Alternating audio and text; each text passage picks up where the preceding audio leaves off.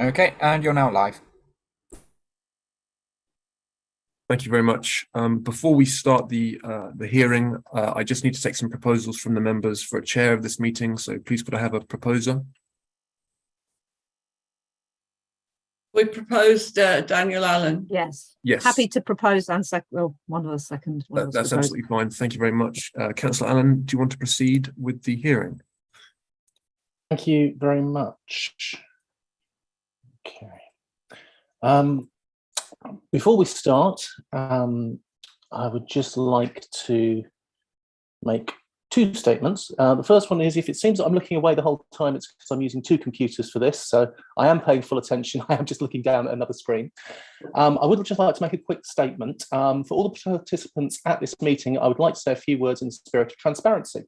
I confirm that I have no personal association with the applicant. I have in the past liked a Chicken George post on social media, and through my charity work have contacted them once regarding work they were doing in the area. That said, I come to this meeting with an open mind to confirm that these interactions have no bearings on my ability to participate in this meeting and listen to both sides of the application. I'll be making a decision based on the evidence I hear at this meeting. Okay. So my apologies, I've now got to open a second screen on the computer to go through. Right.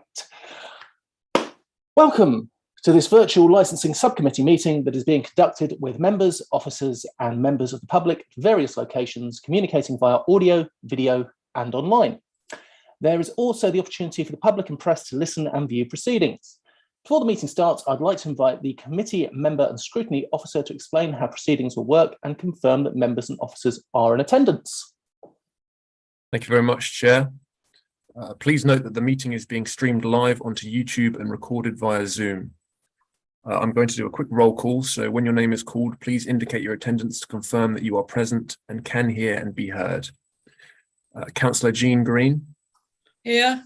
Thank you. Councillor Michael Muir. Present. Thank you. Councillor Ruth Brown. I'm here. Thanks. Steve Cobb. Present. Thanks. Jasmine Jennings. Yeah, here. Thank you. Nuranata Kativu. Present. Thank you. Graham Pollock. I'm here. Thank you very much. There should be someone representing the premises. I believe that's Dan Simpson. Yep, here. Thank you. And then we also have some other members in the Zoom call. So if I could just call on you to let me know you can hear and be heard. We've got a Kaylee.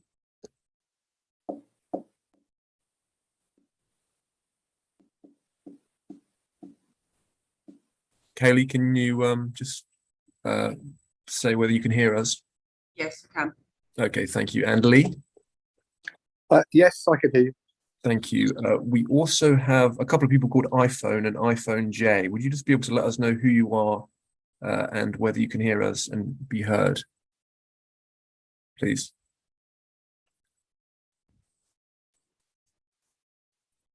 Yes, I can hear. Thank you. And we have just another one called iPhone J, please.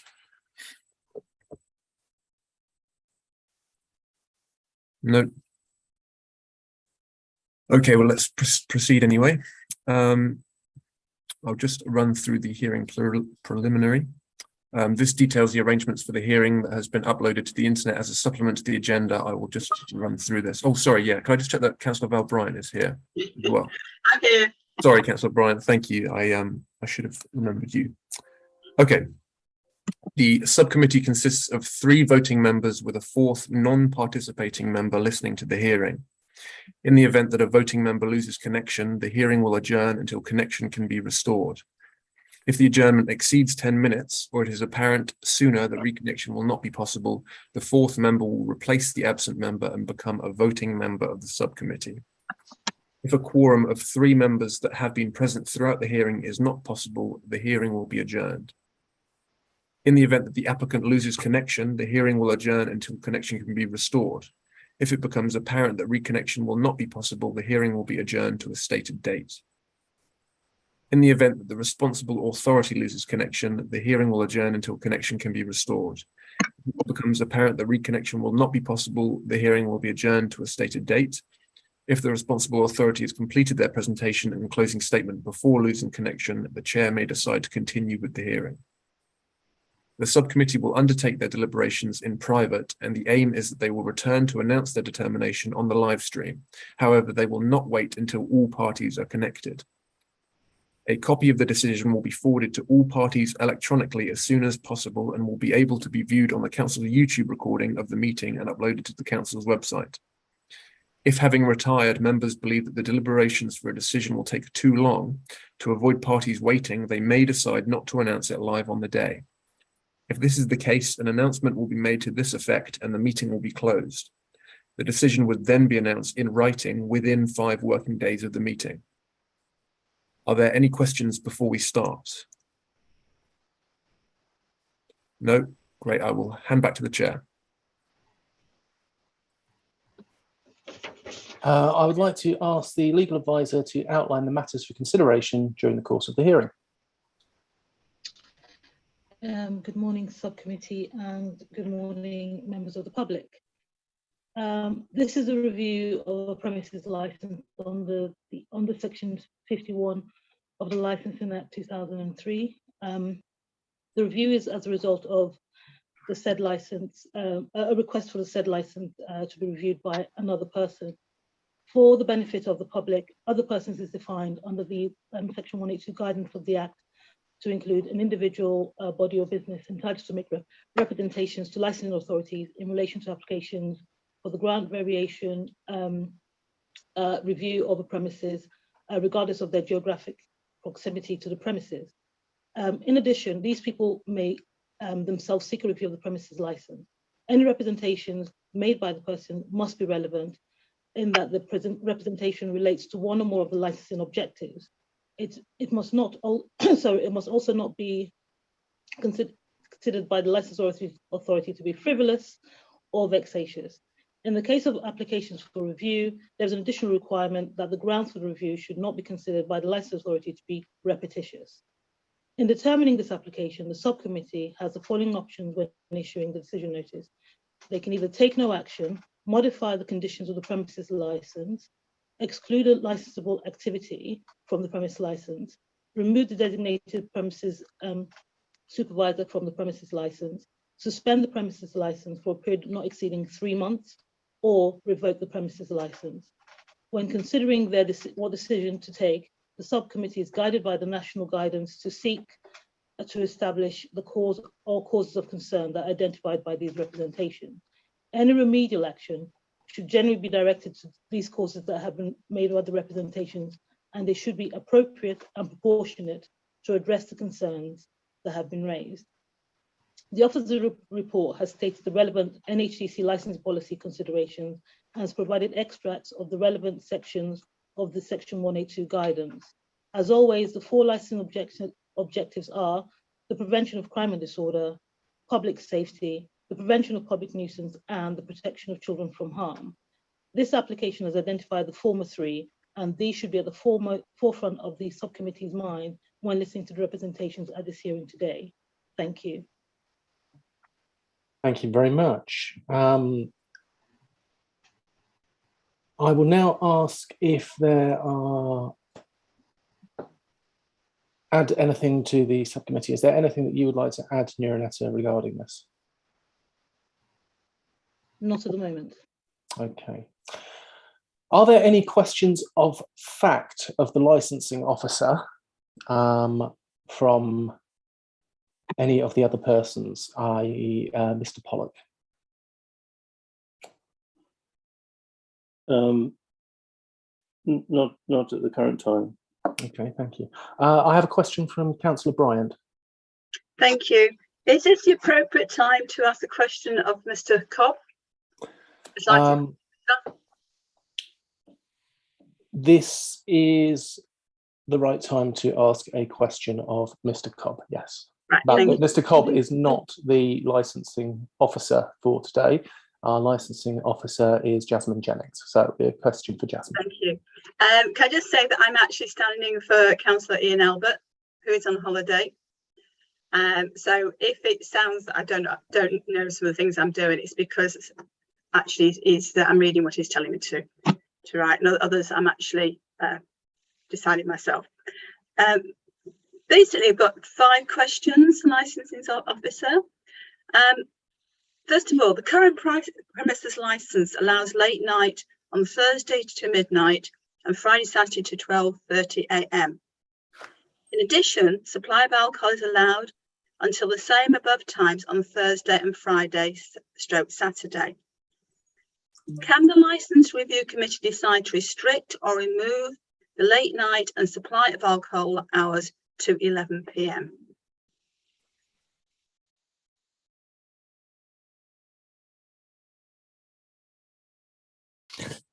I will answer that with your permission, Chair.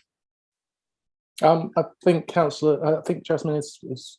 And unless if Jasmine's indicated to speak, then go to Jasmine first. Go, Steve. You crack on. Thank you. The simple answer is no. The subcommittee can only make amendments to the licence where there's evidence that the current operation of that business is causing the problem, and there's no evidence of any problems occurring after the current closing times of the business, because obviously it's not trading at that point. Yeah, thank you. I've got a couple of questions. Can I crack on, Chairman? Yep. Can the licensing committee remove the sale of alcohol licence completely today? Joe, it's a subjective question, and I have to be careful how I answer, because obviously you haven't heard the evidence yet. But if we talk about a hypothetical situation, if the subcommittee were minded that the removal of alcohol based on the evidence provided would solve the issues that are being raised, then technically it is possible. But of course, that needs to be taken with caution, because this isn't the only business in a very busy street that sells alcohol. Thank you. Chair, can I continue? Please do. Separately, the current licenses envisage no recorded or live music. Can the licensing officer confirm that only background music is currently permitted, and that there should be no live or recorded music without a separate application by the license holder? That's incorrect. Incidental music, or background music as you've referred to it, can be played without a license.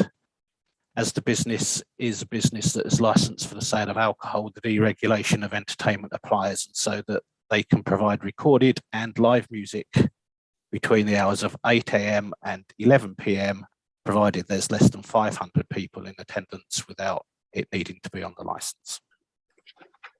Thank you. For the record, sorry, Chair, can I continue? For the record, can the licensing officer confirm that the committee today has no powers to prevent Chicken George trading, but only prevent their ability to sell hot food after 11 p.m. or sell alcohol with meals at other times?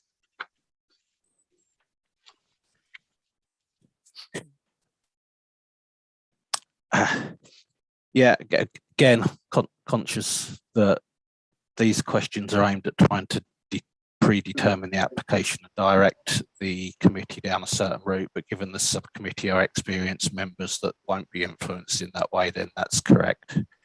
Okay, thank you. Last question. Finally, has the licensee fully carried out all the licensing conditions set out in the hearing 2 years ago? Yeah, I believe it says in the licensing officer's report that we've had to take no enforcement action against the premises. Right, thank you very much. Mr. Pollock. Hi. Sorry, just reminding myself, from the report by the licensing officer, it was stated that parking and litter, particularly parking and litter problems, existed before Chicken George was kind of written as a fact. But I've lived in Ransom Yard for 10 years. I can tell you that that's completely untrue. And we never had and have never had any people blocking our entrance into or out of our driveway. That was in the report. So yeah, and it is in the report. It's a statement of fact. Yeah. Yeah. we do ask if you have any questions of the licensing officers, now is your time to say them. I know that you passed by it, but I think it's fair to give you another chance if you do have any questions of the licensing officers now.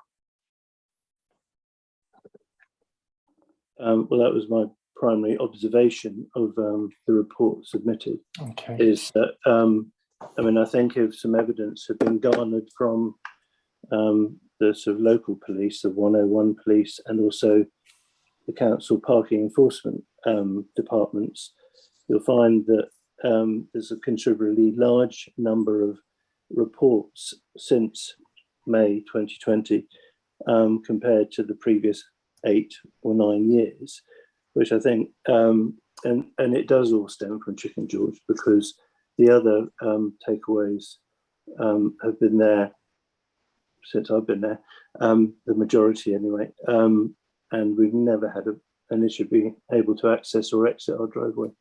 While the sorry, go on. Yeah, that's it. While there wasn't a direct question there, would the licensing officer like to respond?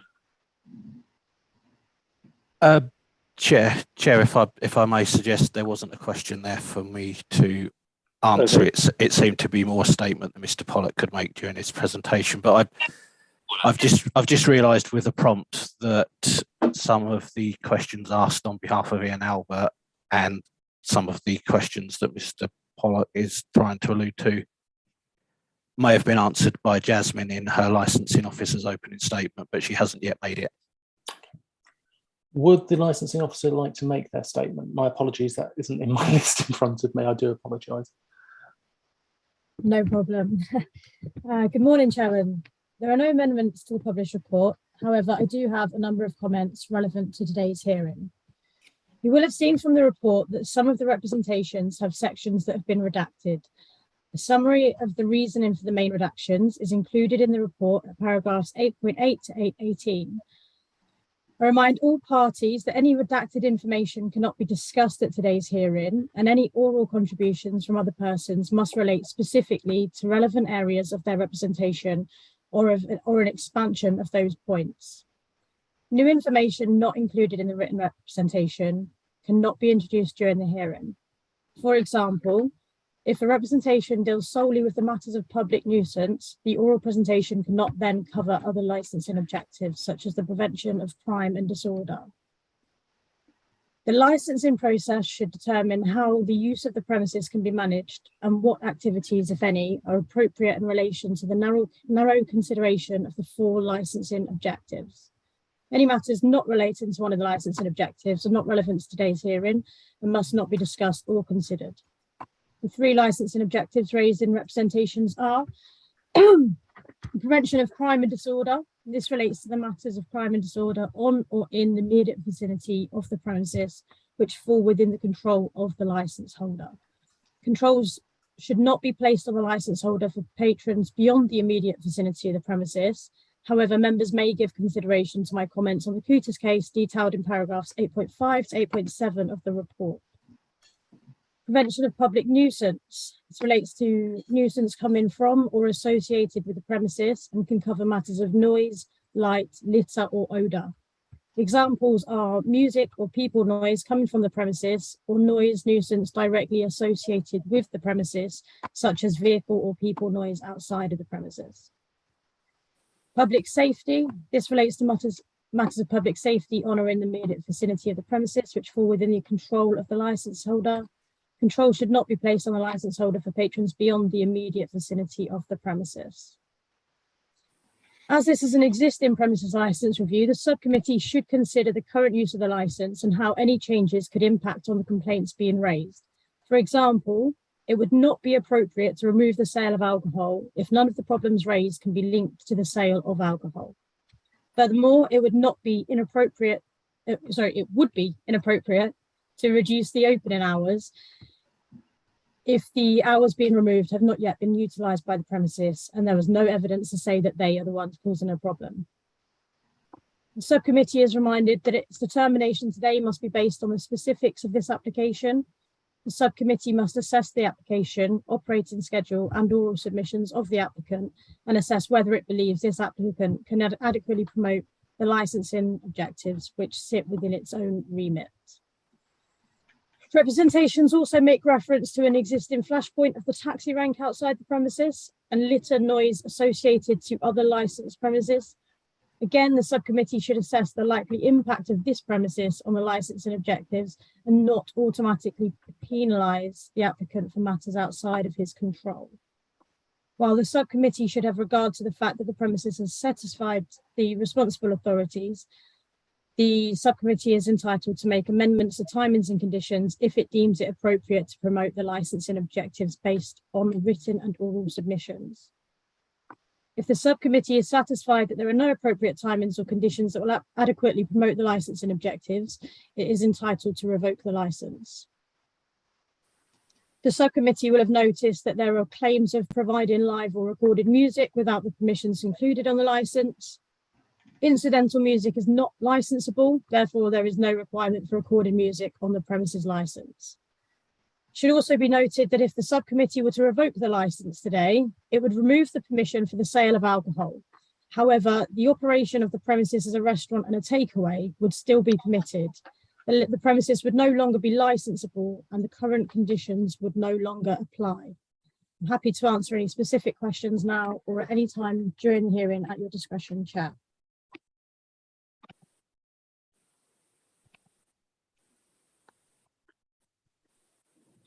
You're on mute, Chair. My apologies. I'm not sure why my running order was slightly off there. I do apologise. I first have Councillor Brown's hand up. So if I can ask Councillor Brown. Yes, I just wanted to ask our officer whether the conditions of the original licence relating to the CCTV have been fulfilled. They have. Thank you. Okay. We will be going in order, but Councillor Bryant, you do have your hand up. Thank you. Could I ask the officer what exactly is meant by immediate vicinity? Is it a measured distance?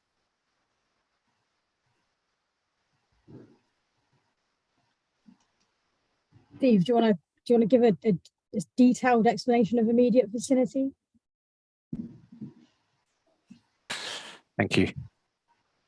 There is no legal definition of immediate vicinity. How we interpret immediate vicinity as the licensing authority for things like litter control is exactly as you would expect the dictionary definition to be. It is immediately outside the premises and only for litter that is clearly identifiable as litter that has come from that premises.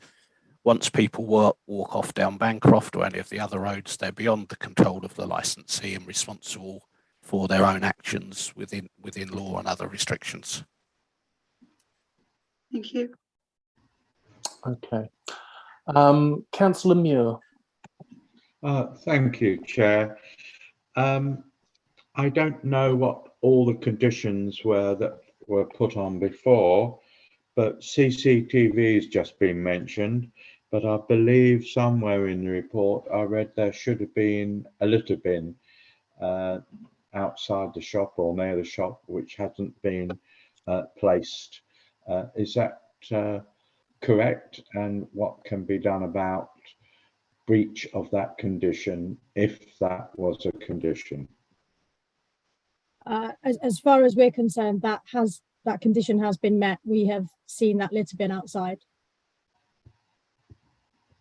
Okay. Mr. Pollock, if you can please wait until it's your space. Thank you. Anything else, Councillor Muir? I paid a visit yesterday to the premises and I didn't see a litter bin outside. Is it a litter bin that they just put out and take back in, or is it a permanent litter bin? If it's a permanent litter bin, I must be a bit blind. I don't believe you're blind. It is one that they would take in because they're not allowed to leave one permanently. That would be council property. Well, when I paid a visit yesterday to the site at 5:30, there was no litter bin outside. Okay, thank you, Councillor Muir. It is now time for Mr. Pollock to ask any questions of the licensing officer. Well, the first question relates to the last topic. How did you determine that there is a bin placed outside the restaurant? Because in the 2 years that the place has been open, I've never seen a litter bin put outside the restaurant ever. So how did you determine that there is one put out there? As I said, when we've been to visit the premises, we've seen it. Perhaps it's a coincidence that it's not outside when we're not there, but I unfortunately I can't be there every single day. And can you explain the definition of causality in specific reference to parking being directly linked to this premises? I mean, I would assert that there is direct causality, which has been shown by many reports to the police.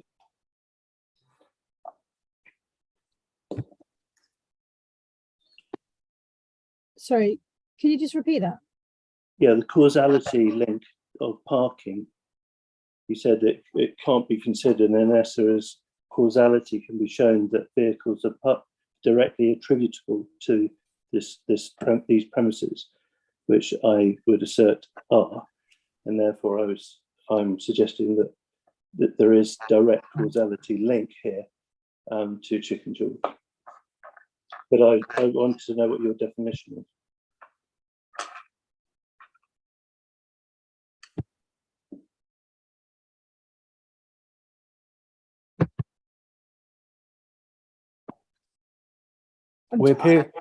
I'm sorry, are you asking for, is the question that you want the definition of causality, or that you want to understand why? In direct reference to parking and the connection to Chicken George, it's my assertion that there is direct causality. I just wonder what your definition of it was for the purposes of this hearing. Because, how do you collect evidence? I mean, you suggested that there's no evidence of illegal parking, etc., but I don't know how you collected that evidence. Steve, are you right to jump in here? Yes, sure. It's sort of a loaded question, but again, causality has the normal dictionary definition if it is linked to the premises. So parking is causally linked to the premises. If somebody parks, gets out of their car and goes to the premises, if they go to other premises as well, either singularly or in combination, then obviously there's not a direct causal link. Also, what we have to bear in mind is that parking is outside the control of the licensing objectives. The license holder cannot be expected to patrol up and down Bancroft or anywhere else and control parking, because there are other measures in place.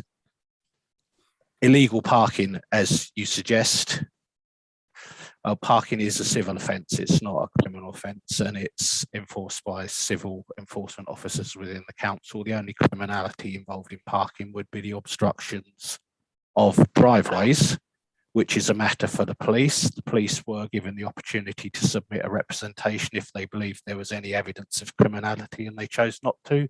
So it would be reasonable for the subcommittee to draw inference from that the police don't believe that criminal activity in reference to parking is taking place. Can I make a point about that? You can make a point, but obviously the police have made their point. But yes, you can obviously make a point, no problems. Well, it's actually a question, but are the police offered 50% discount on purchase of chicken from the restaurant because they've also... If you're suggesting the police are taking bribes to avoid parking, I think that is a major thing that you would be wise to consider speaking. I'm asking a question. Are they offered 50% discount? It's a perfectly reasonable question. I think there's a lot of implied in that question, and I'm not going to accept it. You're making the implication. That's my question. I'm not going to accept that question. I'm sorry. I think it's fairly relevant. It's not being mentioned any further. Do you have any further questions for the licensing officer? Yeah, I do.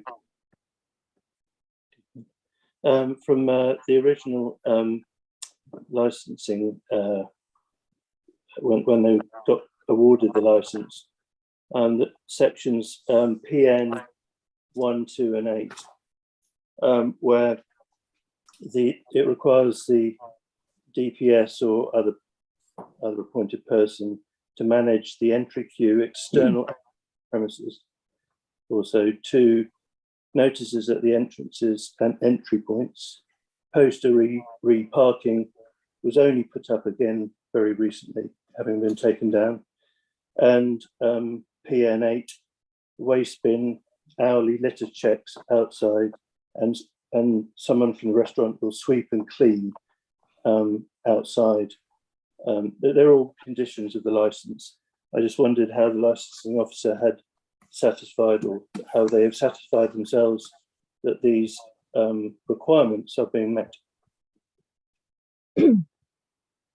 Thank you. Yeah, I mean, over the time that the license has been in place, we have carried out a number of unannounced inspections and visits, and at no point have we found any of the conditions to be in breach. And can I ask you, are your visits only conducted between 9 and 5 on Mondays to Fridays? No. When do you conduct your visits? Various times. I don't have them logged in front of me, but we do carry out evening and weekend visits too, yeah.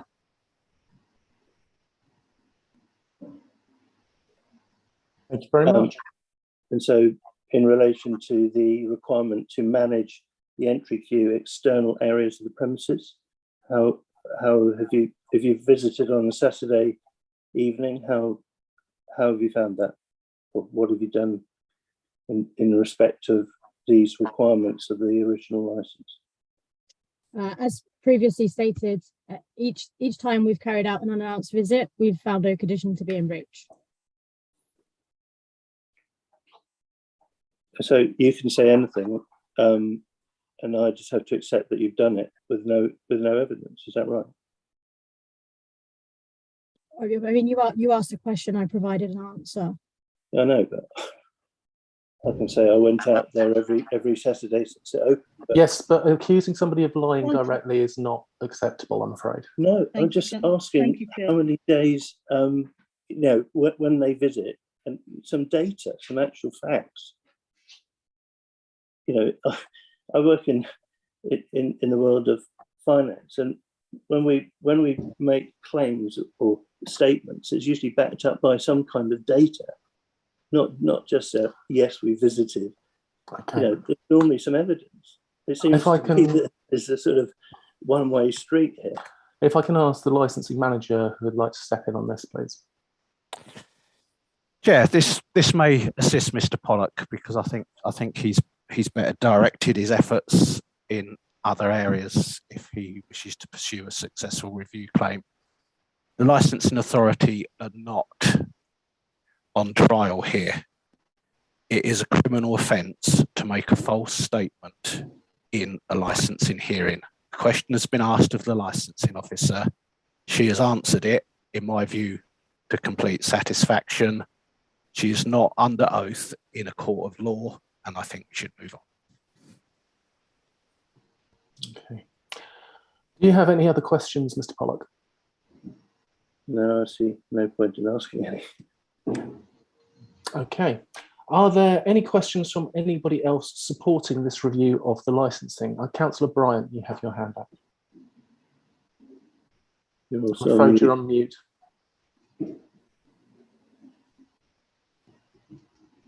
This is actually a neutral comment.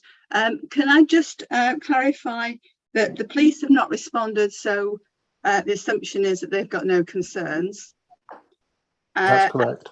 And secondly, I have got a full email folder of emails from residents, some of which involve me being CC'd into emails to the police. I just thought I would put that in. Thank you. The police have not put in any response. Am I correct in that, Jasmine? Yeah, it wasn't that they didn't respond. They responded and said that they had no evidence to support any claims of these problems. Thank you very much. Okay, Is there any other questions from people supporting this review? Okay. Are there any questions of the licensing officer from people opposing this review? Okay. And the premises license holder, do you have any questions of the licensing officer? No, no questions. I've got a few bits to add if this is the time, or I can wait. I'd wait until your chance, if that's okay. Yeah, Thank no you problem. very much. Okay. Mr. Pollock, would you like to present any submissions to the subcommittee that you have?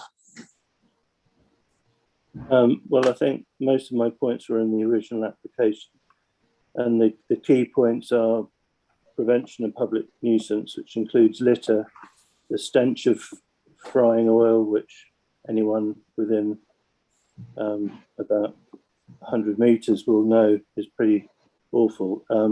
We believe there's an inadequate flue to prevent the smell of the frying oil. And there's also the issue of when we're trying to get in or out of our driveway, having confrontation with the people that have parked in front of our gates and either are not there to move their car, or when they are there are often reluctant to move. This has led to some fairly unpleasant altercations between the customers and the local residents, not just in Ransom Yard, on the other side of the road as well. And obviously, when we're stuck out on Bancroft Road trying to turn in, we're blocking the highway, which I would suggest is an impact on potentially public safety. As I said earlier, I think the car parking is directly attributable to these premises, because the previous places, the Croft and the Caribbean restaurant, were there since I moved in, and we never had one problem with parking or with visitors or customers. And the issue is definitely around the evening periods, and particularly at weekends. And I mean, that's the problem, is that, you know, if the council are responsible for the parking enforcement, well, there are no wardens around in the sort of evenings and weekday evenings. If it's not a police issue, there's actually no effective enforcement. Plus, the taxi rank that is meant to be there, that's meant to have priority, is occupied by people going into Chicken George.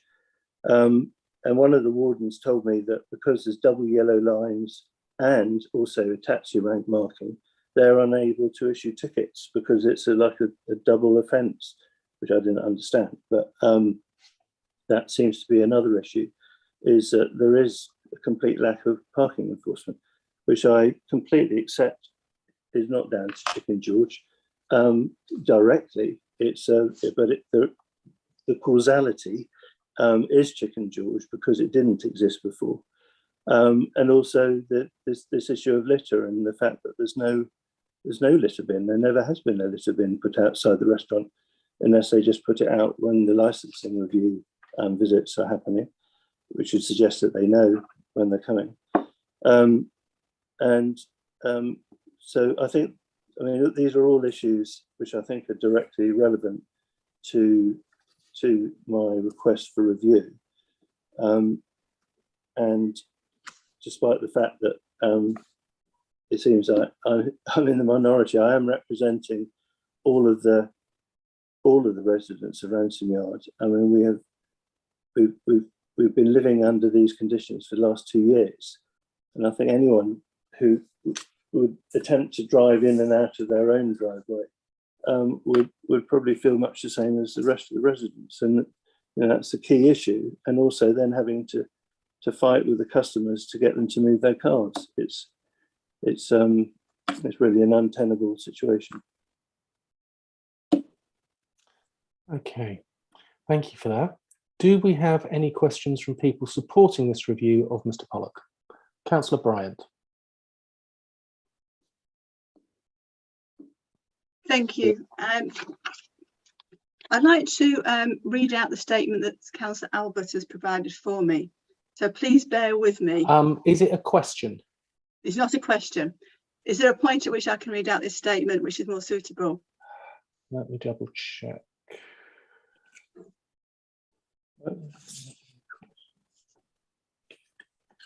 Sorry, give me just one moment. Yeah, okay. Yes, during the closing statements, you'll be able to Okay read then. that. Thank you.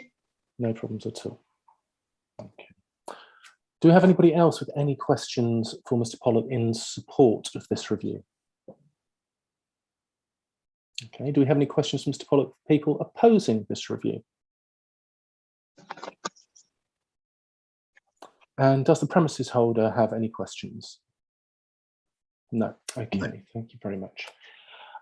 Does anyone on the subcommittee have any questions for Mr. Pollock? Yes, Councillor Brown. Actually, I'm not sure it's a question for Mr. Pollock. It's more of a question for the officers. He raised the issue of odour of frying oil and there being an inadequate flue. I just wanted to know, is that a licensing matter or an environmental health matter? I wanted to know, I didn't thought that may be outside the remit of this committee. It's more of an environmental health thing. Am I correct? Can someone advise me, please? That is correct, Councillor Brown. That will be dealt with under environmental health and the officers there. And I think there is a comment on that in the officers' report. Thank you very much. Councillor Green. Very sorry, Jean, you're on mute at the moment. Mr. Pollock is suggesting that the licensing officers are watching the litter bin at the wrong time. Has he made a detailed calendar of when he has not seen them, or maybe if he went each day and looked and then made a calendar, the same as we would do for environmental health, and then bring it back to a committee later on? Therefore, we can have evidence that there is no bin or there may be a bin. We're taking Jasmine's word, and yes, we can't say anything against Jasmine or anybody else. But at the end of the day, Mr. Pollock could actually have provided evidence that the bin has never been there if he made a calendar or diary of each day he visits. Well, I live 20 yards from the restaurant.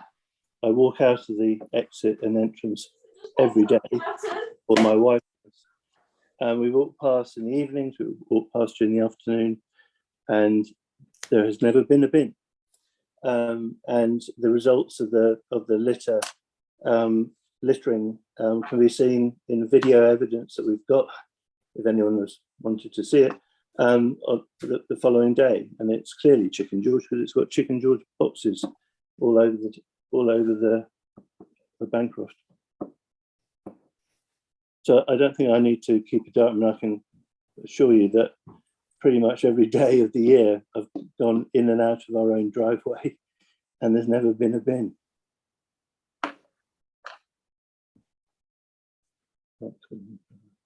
Okay. Any other questions to Councillor Green? Thank you. Okay. Other persons supporting the review of this case, would any other persons like to speak at this time?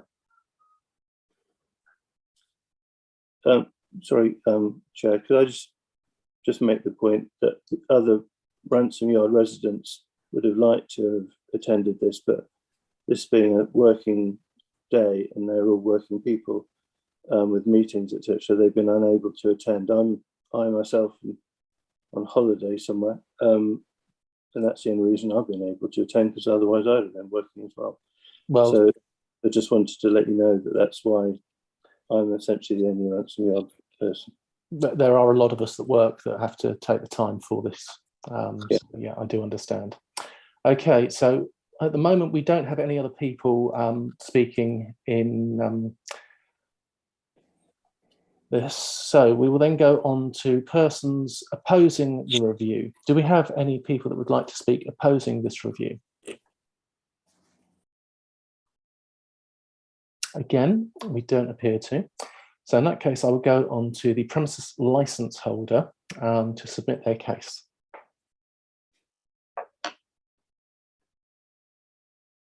Sorry, I was just getting the CCTV footage of the bin being outside for the last week. Don't know if I can show that to you or not. Unfortunately, at the moment, no, that wouldn't be an option. Yeah, if anyone needs to see it, there's a black bin that's put out with the trees every day, emptied 3 or 4 times a day, and then brought back in the evening. So I'll submit that to the council, whoever needs to see the little black plastic bin that's brought in and put out every single day.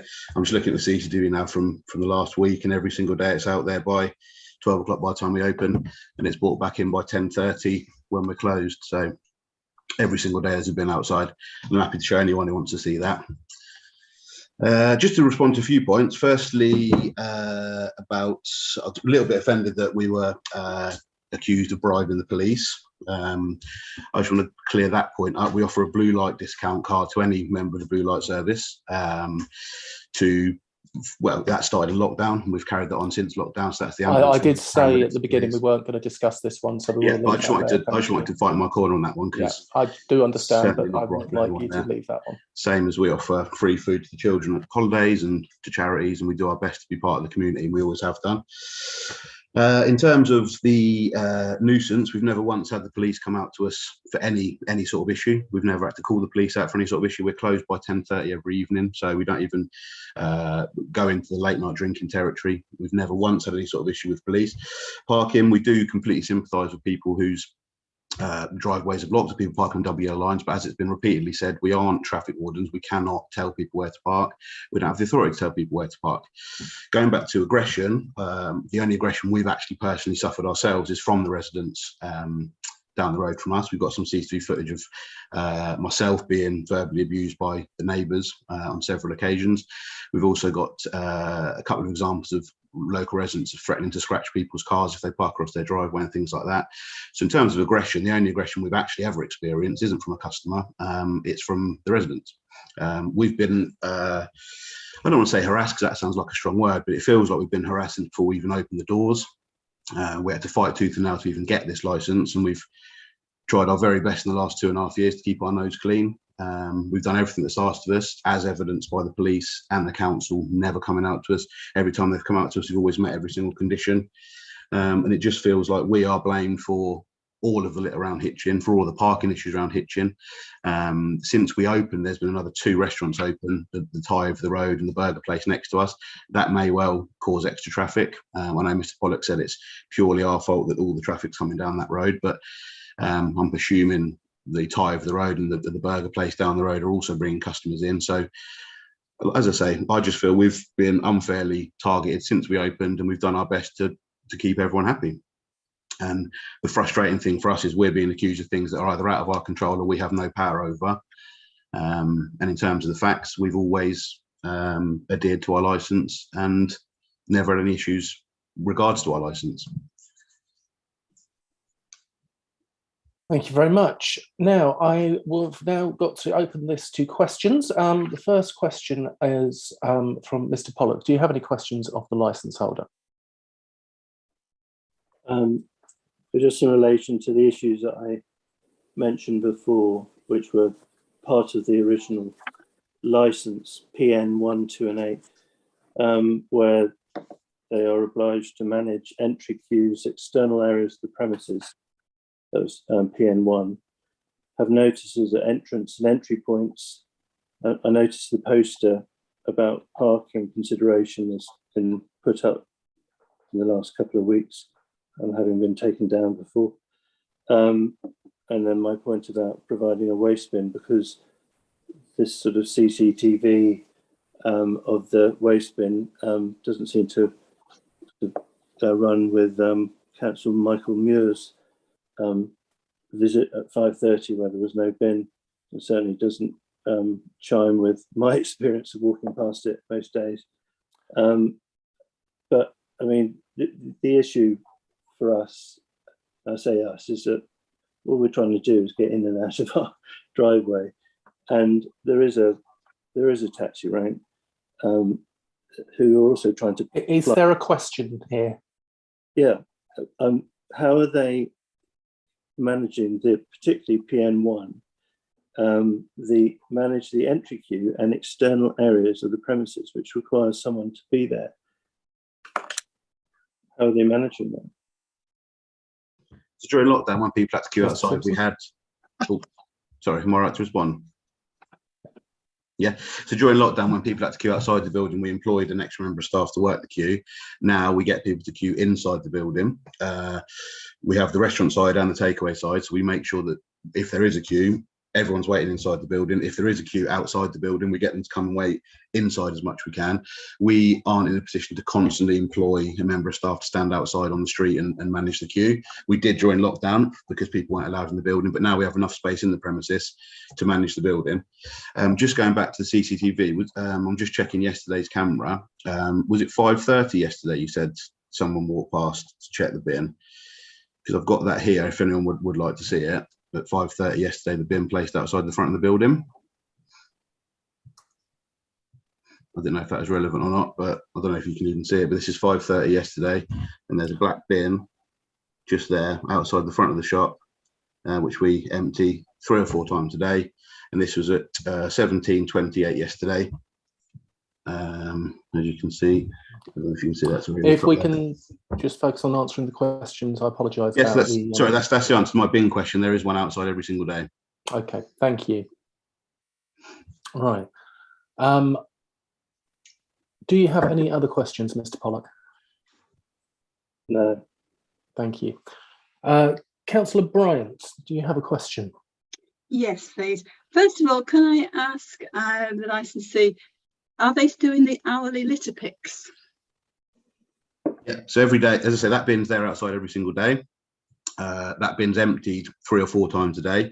The immediate vicinity, we keep very clean and tidy. Our 5-star hygiene rating reflects that. Our premises from the front to the back is always kept tidy. We spent a lot of money in that building. We're proud of that building, and we want to keep it as clean as possible. And if you, as I say, if you look at any of those CCTV images, you won't see any litter out the front. It'll all be in those bins, and when it gets full, we simply empty it. So yes, we're very hot on our litter picking.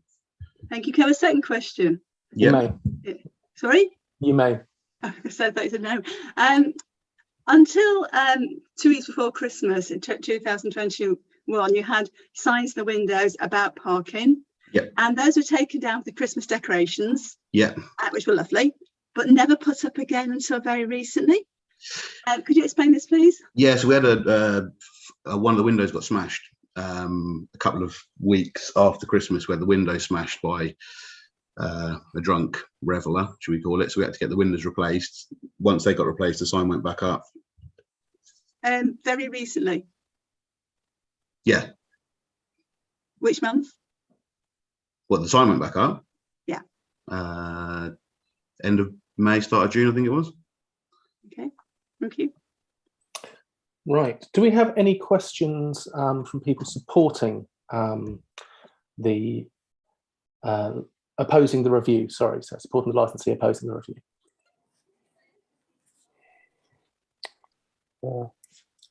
Yes, Lee. Yeah, hi. As someone that frequents Hitchin quite a bit, I live locally, probably about 10 minutes drive away. I've visited many places within Hitchin, also including Chicken George, and I would just like to agree with the words that Dan said there, especially about the bin. I was there yesterday, and there was a bin there.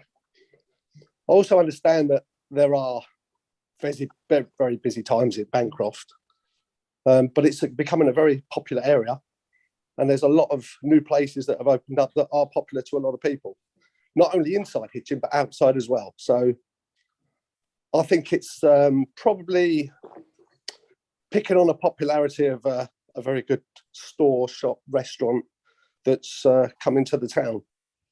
I think it's very well supported as well. Okay, thank you very much. But is there a direct question at all for Mr. Simpson? No, I just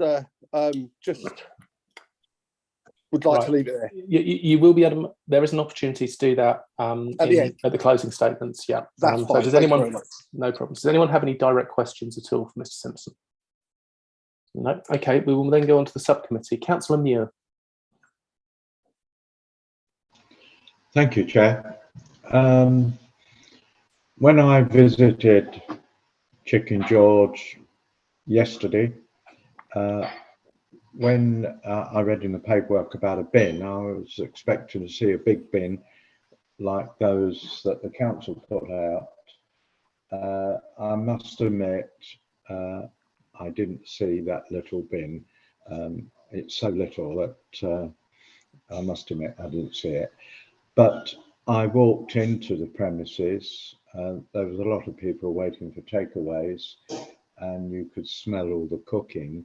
And I then went out by the bar. I could smell the cooking fumes outside. That isn't relevant at the moment, Councillor Muir. Well, it is when you listen to the rest of it. I was then went across the road and I could smell it there as well. So my question is, the kitchen extraction system doesn't seem to be working. Councillor Muir, I'm really sorry, that is not a licensing question. That is an environmental health question. That's not something for us at licensing to be discussing or questioning. Okay, fine, thank you. Sorry. Right. Any other questions from the subcommittee? No? Okay. We now move on to the closing statements. The licensing officer may make a final submission to the subcommittee. Jasmine, do you have a final submission to make?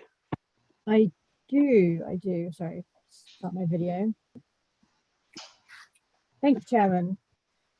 I have sympathy with Mr. Pollock's concerns about parking enforcement, and outside of this meeting, I will discuss his concerns with our parking enforcement team. Unfortunately, removing the premises licence will not solve the parking issues, as the premises can operate as a restaurant and takeaway between the hours of 8 AM and 11 PM, and the existing licensing conditions relating to litter, CCTV and queue management would no longer apply. There is a right of appeal against the subcommittee's decision for any party to today's hearing. That appeal will be heard by the local magistrates court, which for this area is Stevenage. An appeal stating the grounds on which the decision is being appealed and accompanied by the appropriate court fee must be lodged with the clerk to the magistrates no later than 21 days after receipt of the emailed decision notice. Further reviews of a premises licence are possible. However, an application for review cannot be repetitive,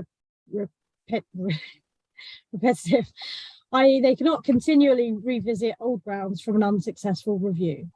Council policy states that. Additionally, the council would ordinarily expect only one application for a review from a person other than a responsible authority within a 12-month period, save for exceptional circumstances supported by compelling evidence. Thank you. Thank you very much. Was there any closing statements from people supporting this review other than Mr. Pollock? Councillor Bryant, I believe there was a statement from Councillor Albert that you wanted to read out. It is. Yes, I have. But it's opposing. Is that okay? Yes, that's exactly the right time. Yeah. Right. Shall I go for it? There may be parts in here which are not relevant. Just bear with me. I'm here to represent Councillor Albert, who is away this week.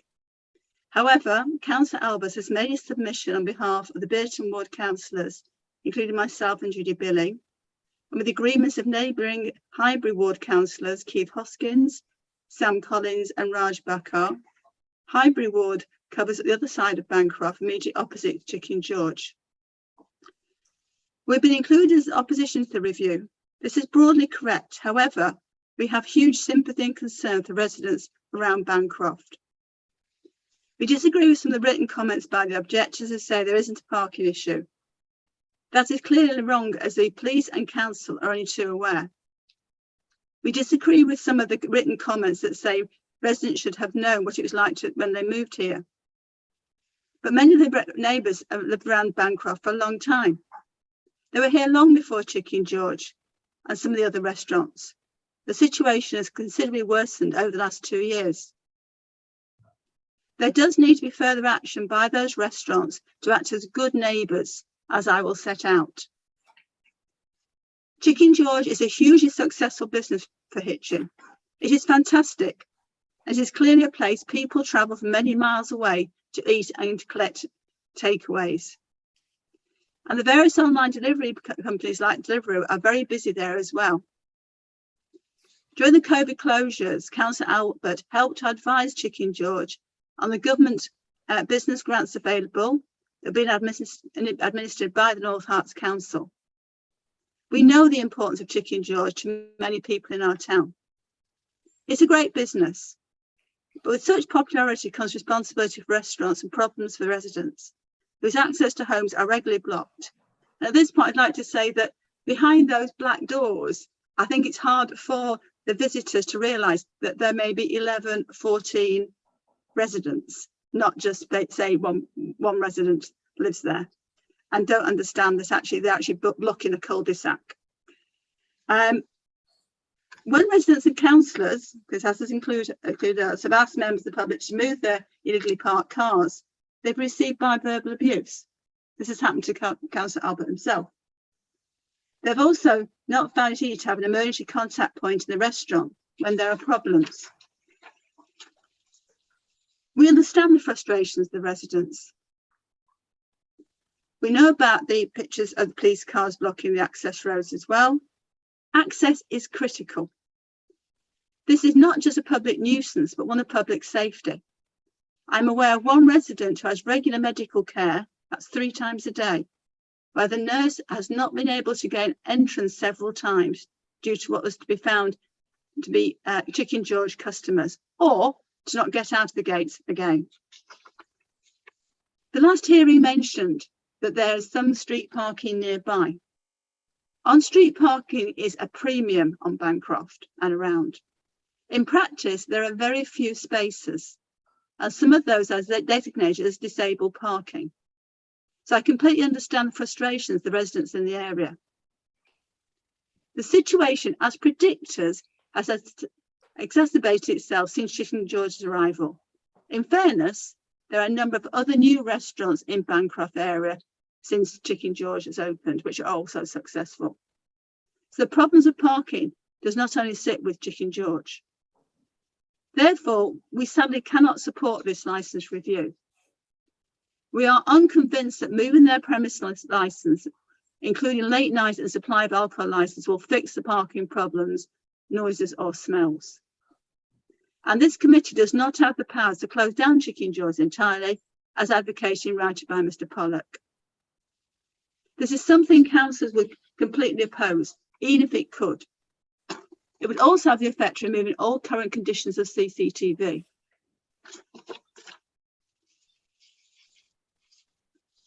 Returning to the parking issue, as at last hearing, Chicken George said they want to be good neighbours and they didn't want to cause any problems. More then does need to be done to help residents.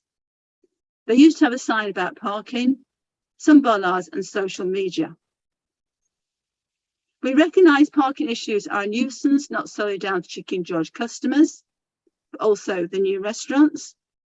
But leaving aside possible reduction in licensing hours, we believe the best approach is the establishment of a good neighbour charter that can be agreed between the restaurants and residents that can cover parking, noise and other issues like smells and litter. Being good neighbours applies both to businesses and residents.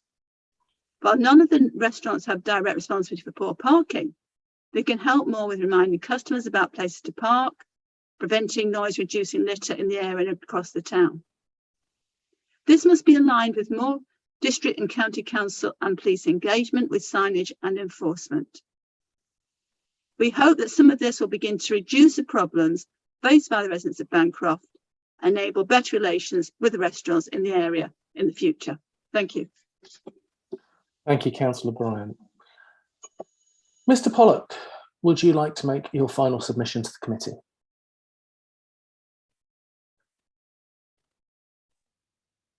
I think the issues were pretty clearly stated and understood by Councillor, sorry, who's not here, but by Councillor Bryant. Thank you very much for reading that statement. It's hard to explain just how this situation has impacted the majority of the people who live in Ransom Yard. And as she said, there's 11 different dwellings in there. And we have put up very large signs. There's actually 4 signs on the gates saying, do not park here, constantly use, or etc. Some words to that effect. but they're just totally ignored. And there doesn't seem to be a parking enforcement solution to this. So whilst I understand that Chicken George can't be traffic wardens, and I should add that this isn't a sort of a war against Chicken George. It's really just basic right of being able to access your property, for which there doesn't seem to be any remedy. So the only remedy that seemed to be open to me and my fellow residents was to ask for a review of the license, because Chicken George is both a restaurant and a takeaway with a very significant footfall. And none of the people who come want to park in the shoppers' car park near the church. They want to park right outside the restaurant, which is 20 yards away from our entrance. And I think anyone on the committee in this hearing, if someone continually blocked your own entrance, I think you'd probably be saying exactly what I'm saying. So whether or not this committee can do anything about it, or the review can, the issue remains. And I hope that some changes can come about as a result. Thank you very much, Mr. Pollock. Other persons opposing this review, so anybody in support of the restaurant at this time, would you like to make any closing statements? I don't have anybody coming up there. Mr. Simpson, do you have any closing statement that you would like to make? I think the majority has been covered. I would just like to publicly thank everyone for the support, not just over this issue, but the support we've had since we moved into Hitchin. And we fully sympathise with the residents' parking issues, and we will work to do what we can within our power to make that better. But yeah, I'd just like to thank everyone for everyone's support.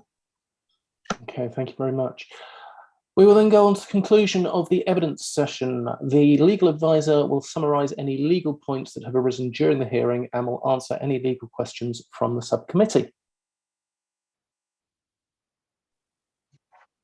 Good morning, subcommittee. Just again to remind you all that in determining this application, I did highlight the different options that are available to you. I can repeat them again if you want. I think that might be helpful for the record if you could. So when you come to determine this application, you need to, the options that are available to you are to take no action, to modify the conditions of the premises license, to exclude a licensable activity from the premises. I think it's been intimated by the officer that it would be on the sale of alcohol only, to remove the designated person's premises supervisor, or to suspend the premises license for a period not exceeding 3 months, or to revoke the premises license. Those are your options, and what you should be considering when you go into deliberations. Okay, thank you very much, Nirunetta. Any questions? Nope, no questions, thank you. Right, I will adjourn this hearing and we will retire to private session to consider our determination. Thank you ever so much, everybody, for attending.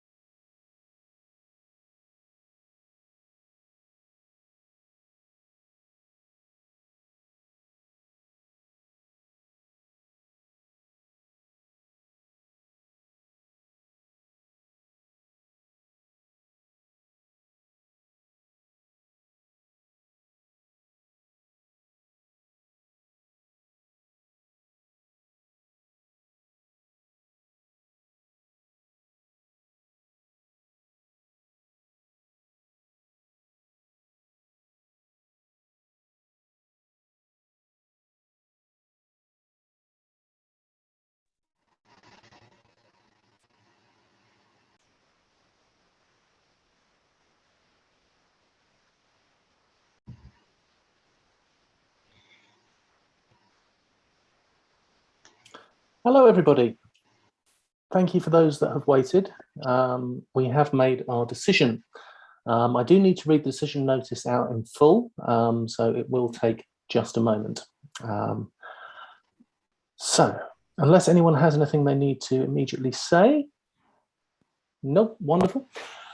Decision notice, date of hearing, Wednesday the 27th of July, 2022. Members of the panel, Councillor D. Allen, Jane Green, M. Muir. Premises licence holder name, Chicken George Hitchin Limited. Premises address, Chicken George, 1078 107B, Bancroft, Hitchin, Hertfordshire, SG5 1NB. The date of the application, the 1st of June 2022. The application for review. This is an application for review of the premises licence under Section 51 of the Licensing Act 2003. The subcommittee has read the material presented to it and has listened to all the evidence and submissions. The subcommittee has considered the national guidance and the statement of licensing policy and has come to the following decision.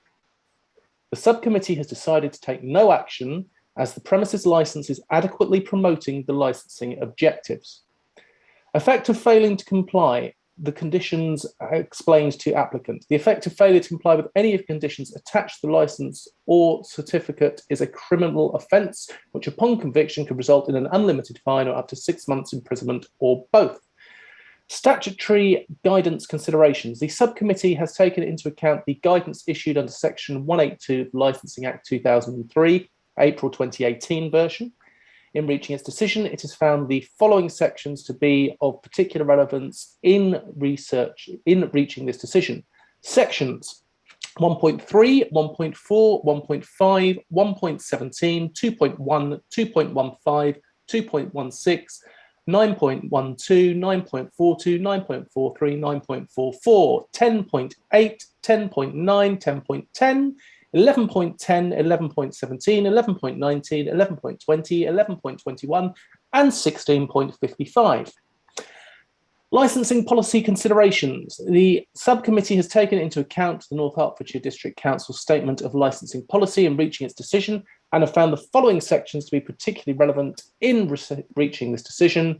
Sections B6, B7, B8, B10, D2.1, D2.4, D2.5, D2.6, D2.8, D2.9, D6.2, D6.3, D6.8, D11.1, D11.2, D11.9, E2.1, E3.11, E3.14, E3.2.1, E3.2.4, E3.2.5, E3.3.1, E3.9.1, E3.9.3, F4.1, F8.1, F8.2, O1.1 and O2.2. The rationale for the decision. Right, this is the important bit. Having considered the submissions of all those present at the hearing, the subcommittee felt that the premises licence in its present form could not be evidenced as wholly causing the concerns raised in the representations. The subcommittee considered whether those concerns were capable of being addressed through the licensing remit and unfortunately agreed that this was outside the remit and would be advising the licensing officer to liaise with the environmental health team and the parking enforcement team. The subcommittee felt that the issue of litter was adequately dealt with and the premises licence holder in their representations. The subcommittee were in agreement to take no action. Commencement date. The decision will come into effect from the end of the period for appealing the decision, or if the decision is appealed, the point at which the appeal has been dealt with by the Magistrates' Court. Right of review. At any stage following the grant of a premises licence, a responsible authority such as the police or any other person such as a resident living in the vicinity of the premises may ask the licensing authority to review the licence because of the matters arising at the premises in connection with any of the 4 licensing objectives. The review is a request for the council to look at the existing licence and decide whether its conditions are adequate to meet the 4 licensing objectives defined under the Licensing Act 2003. Ordinarily, a further review would need to focus on matters at the premises following the review. It should not be used to revisit issues raised at licensing hearings. The licensing authority can refuse a further review on the grounds that it is repetitious. And that is that. So I will draw this meeting now to a close. Thank you very much to officers, members and members of the public that have been involved. Thank you, everybody.